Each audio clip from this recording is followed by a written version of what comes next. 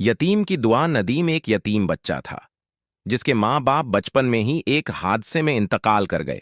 मोहल्ले के लोग कभी कुछ खाने को दे देते तो कभी ताने मारते, अरे ये यतीम कहाँ कहाँ घूमता रहता है।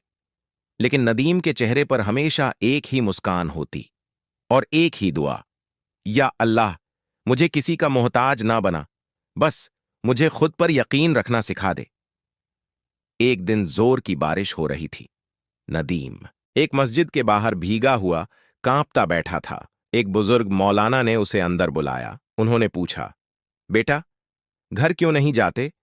नदीम ने धीमी आवाज में कहा, घर? वो तो कब्रों में होते हैं, मैं तो बस साया ढूंढता हूं। मौलाना की आंखों में आंसू आ गए।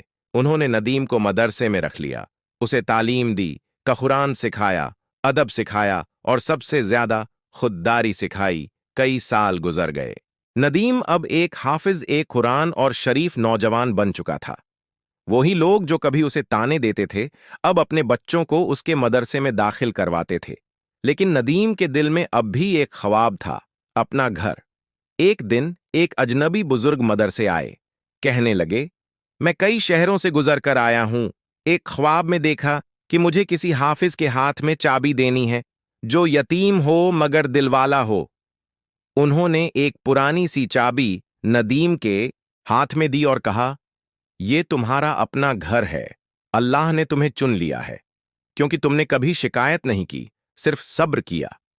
नदीम रोता रहा, सजदे में गिरकर बस इतना कहा, या अल्लाह सब कहते हैं तू नजर नहीं आता, लेकिन आज मैंने तुझे महसूस कर लिया।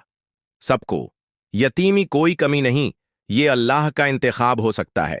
जिनके लिए दुनिया के दरवाजे बंद होते हैं उनके लिए अर्श से रास्ते खुलते हैं। सब्र कभी खाली नहीं जाता और दुआ कभी रद्द नहीं होती।